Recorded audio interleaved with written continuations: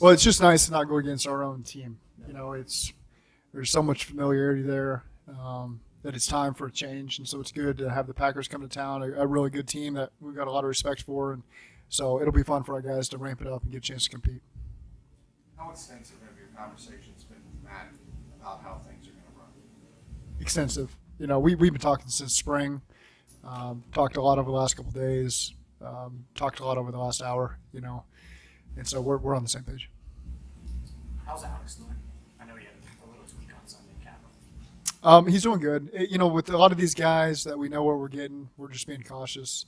So anytime we can get him an extra couple days, like today being one, obviously tomorrow's just a walkthrough, then he's not playing in the game on Friday. So that's really, you look at it as, okay, 4 days and then have a great chance to come back on Sunday.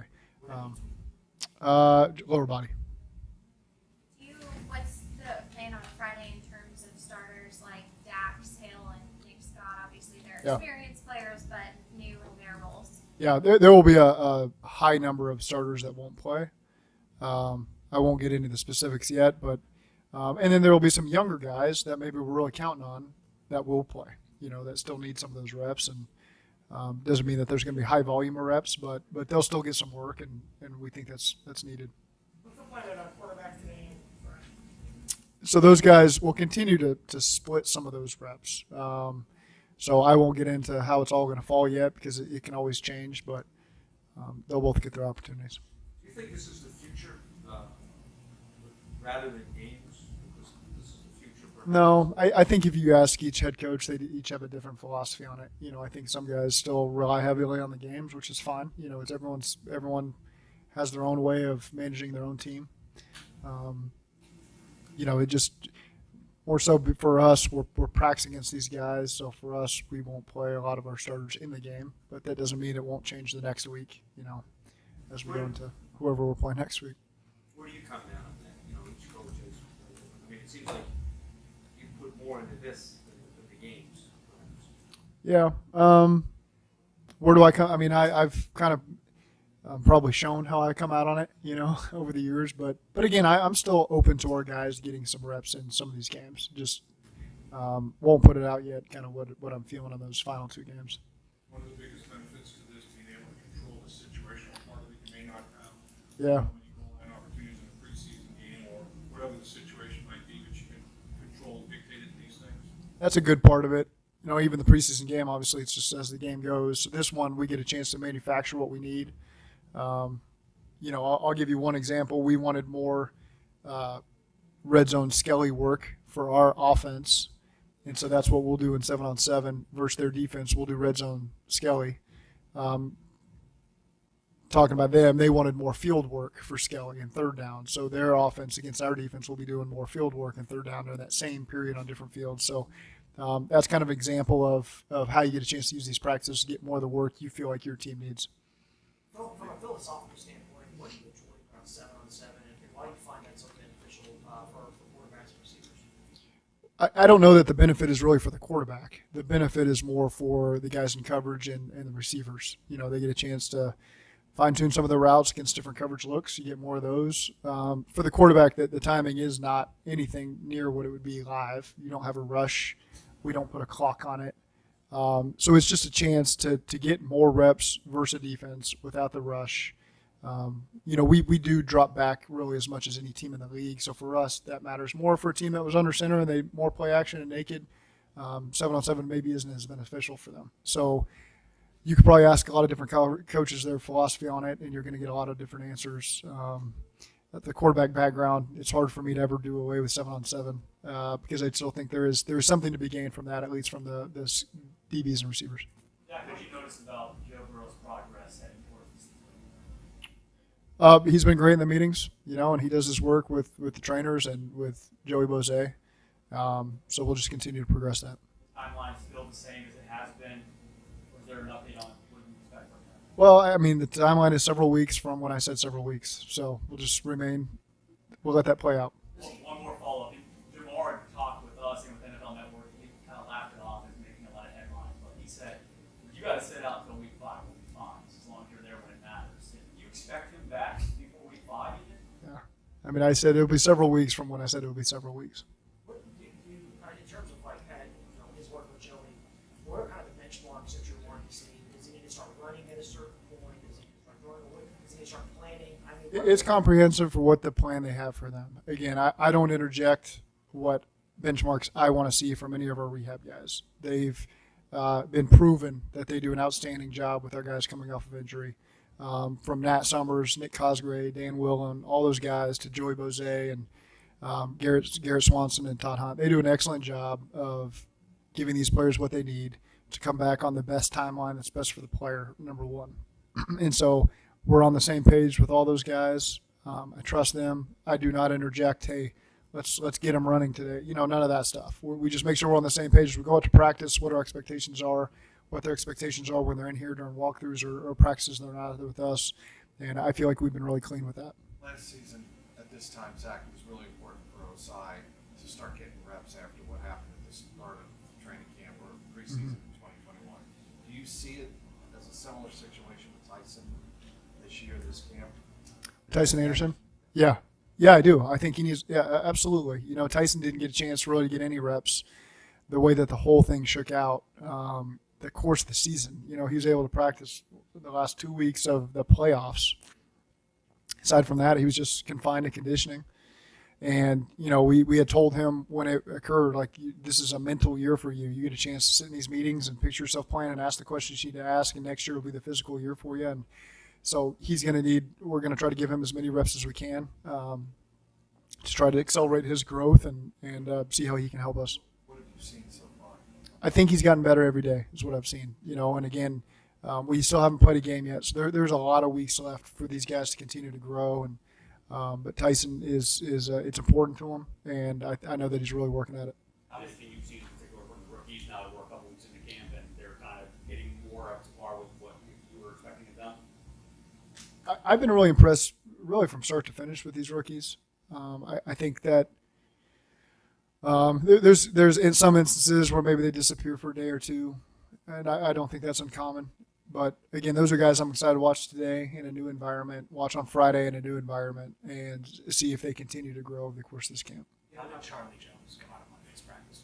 Good. Charlie Jones has been in a good place, and we'll just continue to take it really period by period with him to see what we need from him. Given how good Higgins and Chase have looked throughout camp, how excited are you for, even though without Joe throwing, for this matchup potentially with Jair today? Yeah. How good of a look is that going to be for them? It's a great look. I mean, he's a great corner.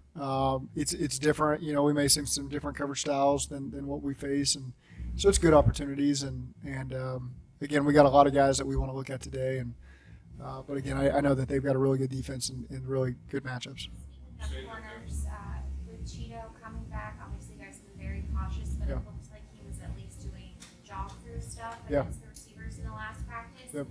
Given his experience, do you not feel the need to get him involved in a practice like this because it's not like he's a rookie, he's got banked reps? Like where is his expectation for participating in practice like this today? Yeah, still just being real cautious with it. And what you've seen is, he's had a chance to do the rehab work where he knows what the drill is and what's going to happen. And now he's starting to get more in corner phase where he's started doing some things where he doesn't know what the receiver's going to do. And so we're easing him into that. That's why you're seeing him mirror some of the receivers and the routes on air to get that work in. And that'll continue to mildly ramp up over time. We're not going to rush him into team drills until we all feel like it's time to do that.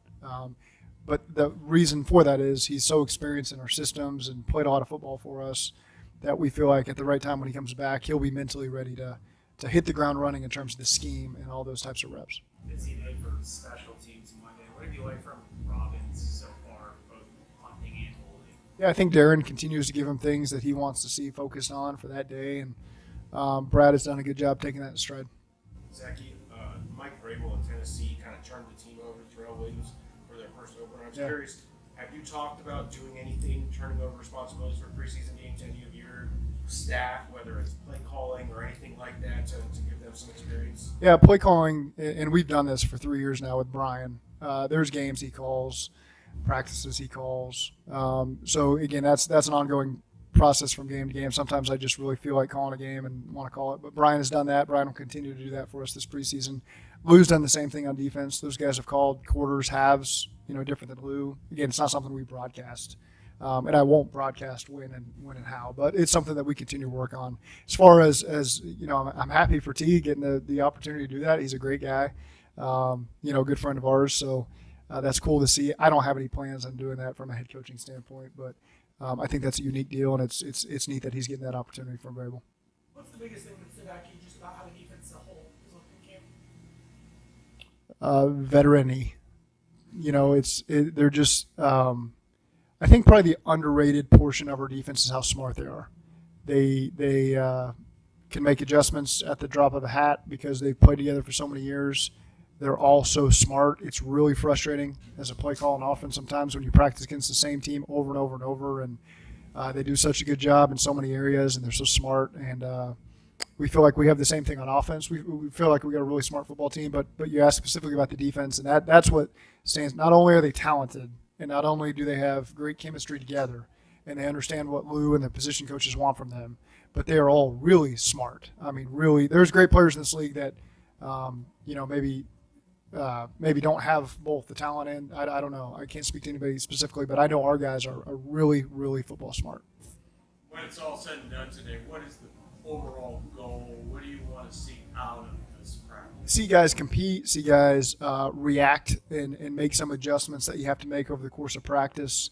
Maybe see a guy have a bad rep and how they respond the next rep. And so, again, everything's not going to be perfect. This is a chance. That's why we have the preseason games that are so important for our team to be able to learn from all those in-game situations.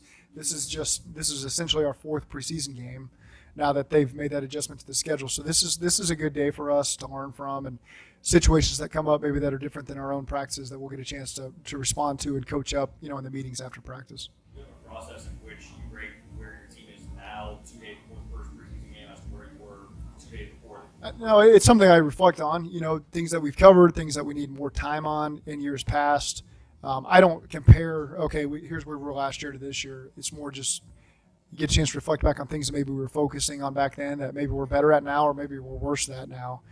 So, again, it's all a very fluid process that we'll adjust from week to week going forward. Is there anything you tweaked from last year? Last year's sport against the Rams? No. This one, or is it pretty much No, aside from shaving the day off, we had 2 days last year. This format is very similar. Some of the reps have changed, but the overall cover face is pretty close to the same. I think it also having just 1 day might kind of, if there's any kind of. No, who would have that thought? And